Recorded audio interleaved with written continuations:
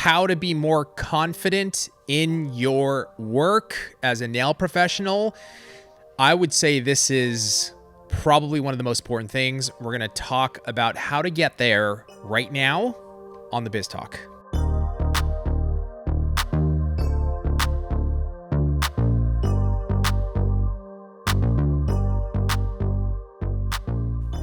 Tracey. Please tell me something. Look at this. That's a Diet Coke I've got. Do you know that when I first started working here, he knows this, you don't. We literally went through, I think we were each drinking, Greg, you and I, about at least 6 Diet Cokes a piece. Minimum. A day. Minimum 6 a piece. It would sometimes on rough days, it would go up to like 10, 12. Yeah. I mean, we were going through 12 cases like nothing. And then we all had stomach problems. Couldn't figure it out. We're like, I don't understand why my stomach hurts. I mean, it was the worst. It was the worst thing. So obviously, we stopped that habit. And drink coffee. You drink coffee that much, but coffee's good for you, so we can drink that much. That we had a customer in, and his request was, "Do you have Diet Coke?" We got it. There's a 12-pack in there. I was like, you know what? I have them when I travel. I'll have a Coke Zero or a Diet Coke, like when we're on a plane, and I like to have Pringles and Coke Zero. That's like my little treat. Mine's Diet Coke and Jack and chocolate. Yeah. Well, there you go. I don't drink, so I make up for it. But if I did, that's what I would have. So, okay, confidence in getting confidence, building confidence in your nail game. This is it. Yeah. Right? This is the difference between, for me, like having success and not, right? So there's that to start with. But Tracey, even really good nail technicians, if they're not confident, they're not going to charge what they should. They're not going to make the money that they should. And ultimately, it's going to lead to frustration. You're going to start, it could lead to burnout. But this is such an interesting topic for me because it applies to all nail professionals, right? Not just when you're starting, but even like techs that have been in the game for a while. Right. And they don't want to charge more, or they're not expanding their nail game into other parts. But talk to me yourself, about your journey first. How did you gain confidence in doing nails? What was your kind of that first step?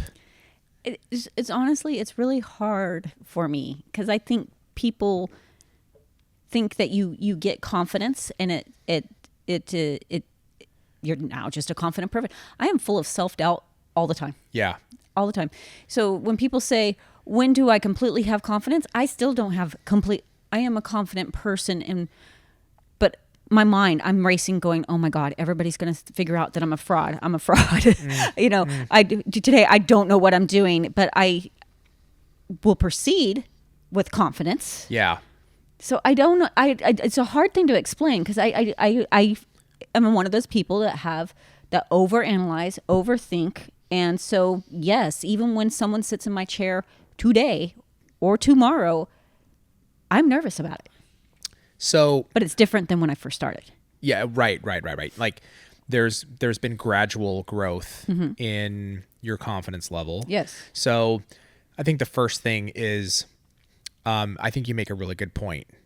We're all scared. Yeah. Right. There's different levels. Yeah. Of being scared, but even myself in business, it's not like 110% foolproof confidence every single day I walk in the door. Yeah. I'm courageous in the sense of I'll proceed even though I'm scared. And that's right? confidence. Right. Well, yes, it is. It's kind of like a different, it's a more general confidence. And what I mean by that is I'll figure it out. I'll make it. I'll figure it out. So I'm going to just push through and try to be courageous, even though I'm scared. And maybe I'm lacking confidence in this one thing like nails, but I'm confident in my overall ability to learn and to eventually get there. Right. And I think that is dead on. That's a really good description. Like for me, even being the GM of the company, I have no official training for this. Right. And I come into work going, I don't know what I'm doing, people. Don't tell him. What? But I am confident that I will figure it out. That is Yeah. my confidence. Yeah. Nails. Yes. Am I nervous if someone was to sit down at the table right now with me? Yes, I'm nervous. But here's the difference. When I first started, I wasn't confident that I would figure it out. Right. When they sat down. Oh Lord, please bless me this day that I am actually going to figure it out.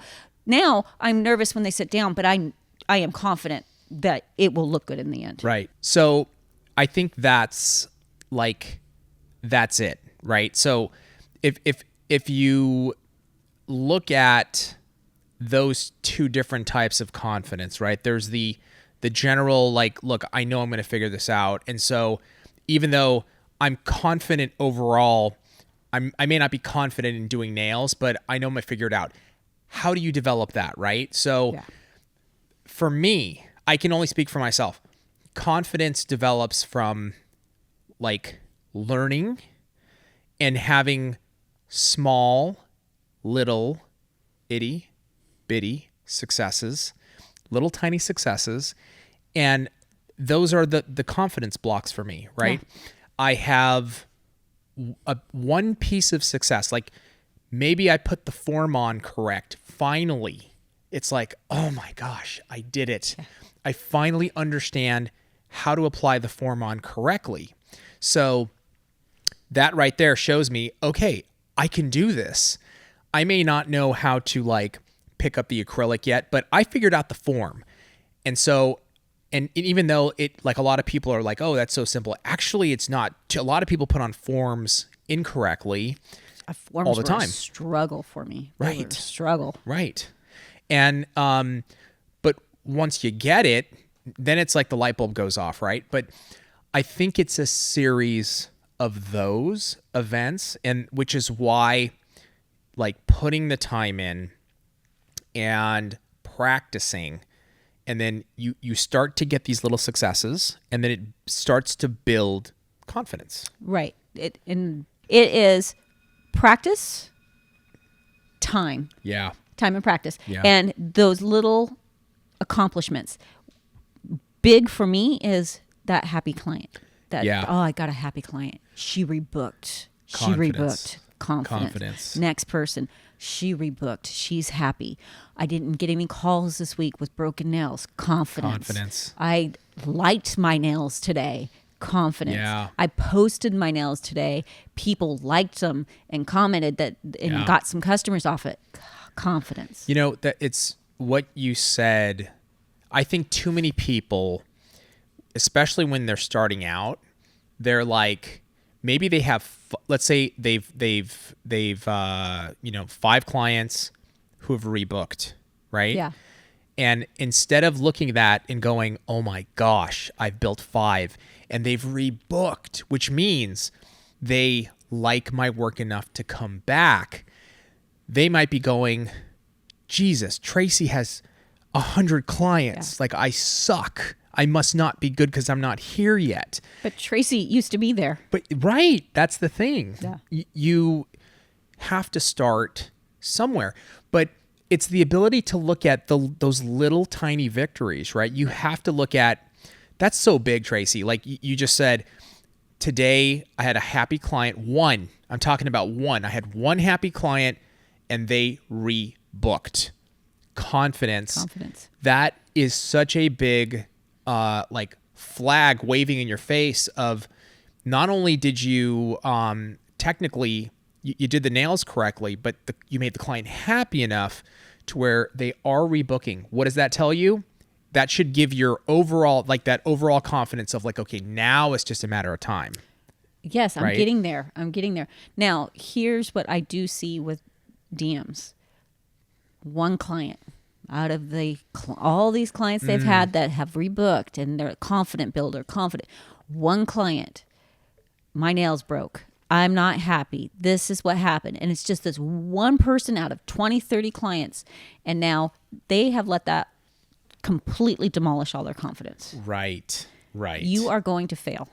Right. 100%. I come into work and I fail all the time. It's funny. I almost can sense it because it'll be a really good week. Like, man, it was good week. Things went well. Monday, just brick Boom. wall. Yesterday was the brick wall. Like, Yeah, for you. I called him. I'm like, this has not been a good day. Yeah. Yes, totally. So now, can I let that totally tear my confidence down in what I'm doing? There's a tendency to want to let it eat at you, right? But you can't. One person is not all your clientele. Yeah, that's exactly. I think so many people, and including myself, I think it's natural for people. For some reason, we have this desire of like, I want 100% of people to be happy all the time. Yeah. I want 100% of our customers to be happy and satisfied every single day. That's a dream for me, right? To have every customer happy. But if I have some customers that call in and they're pissed off for whatever reason, I have to take that and just say, okay, it's just not, my expectation is not realistic. Well, and is it a reasonable upset? We take our customers being upset very serious. Very serious. And we react to it. But is it a customer being upset? This has happened. Monday morning, 6 a.m. Where is my stuff? I am not happy. You have not shipped it. Yeah. Oh, no. Look, you just ordered last night at 8. This is the Amazon effect. Yeah. But is that same thing with your client? Is it a reasonable upset, or is this just one of those people that likes to complain and you're never going to make happy? Right. You cannot chase that happiness. Correct. You have to focus on, you have to look at everything. Yeah. And so of my 50 clients, 48 are really, really happy. And I have 2 that, maybe they come back and complain often. Okay, is there a pattern here? Okay, it's fine.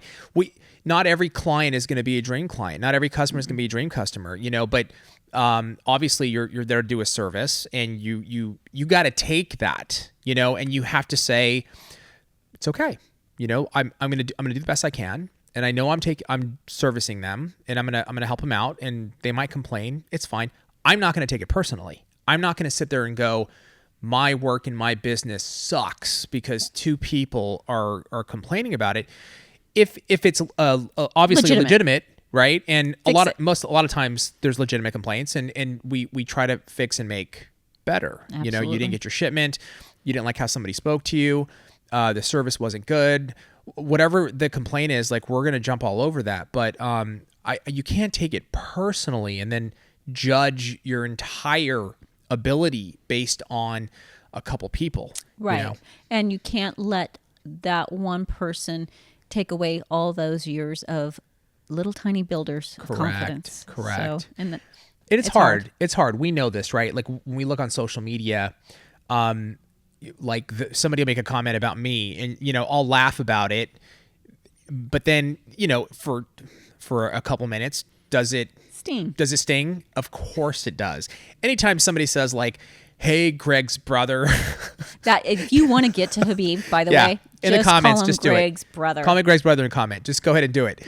And it used to, like, it would drive me crazy, And then I would just be like, yo, how many people are saying really nice things? Like, thanks for taking the time to explain that on, this marketing piece, Habib. I appreciate it. That was funny. Like, that's what I focus on, and that's what I look on. And we all, myself, Tracey, Greg, all of us have gotten hammered in the comments, but we keep going. It stings, we move on. It hurts. It hurts my feelings. But I tell you what will not build confidence is never trying. Oh my gosh, of course. And we see that. We see people who especially are first starting out, and they're so afraid to try because they don't have the confidence. You'll never build it that way. Let's just jump in, people. Let's just do it. Let's eat some caca for a while, and your confidence will get there. It's the only way to build your confidence. And that's why I mentioned, like, you've got to step into it, you got to dig for that, today I'm going to be courageous and I'm going to do some clients and I'm going to just go. And like, I always, like, the best comparison I can make in anybody's journey in anything that you do is multiple times. You ever go to like a restaurant or a party and like maybe you walk out with toilet paper on your shoe. There's some insane, you know what? Here's one. Anybody with kids can relate to this. You've got your kid, you're in a packed restaurant and your kid just throws a fit and the whole place almost like goes quiet and everybody's looking at you. And you're just like, you know what? I'm going to take this right now. I'm going to take this humiliation. And that is that feeling, right? If you're trying to do nails and you fail in front of a client, like it's awful, but you just, okay, I take it. They're pissed. Yep. They're not happy. I feel humiliated. Yeah. On we go. How can I learn from it? How can I learn from it? What happened? What happened? Exactly. But it's so funny. I'm so used to that feeling, Tracey, of being humiliated in business, right? Yeah. Because so many things have gone wrong in the 20 years that when something happens in my personal life where I'm standing there and I'm looking like an idiot, I just go, here it is. Mm-hmm. And I embrace it. And I'm like, just take it and smile. And I think that's the best way to ultimately build confidence. So let us know in the comments below your journey. How have you built confidence? What are some of the things that you did? I think it's going to help people. Tracey, thank you so much. Thank you. Thank you guys for joining us. And we'll see you next time on the Biz Talk.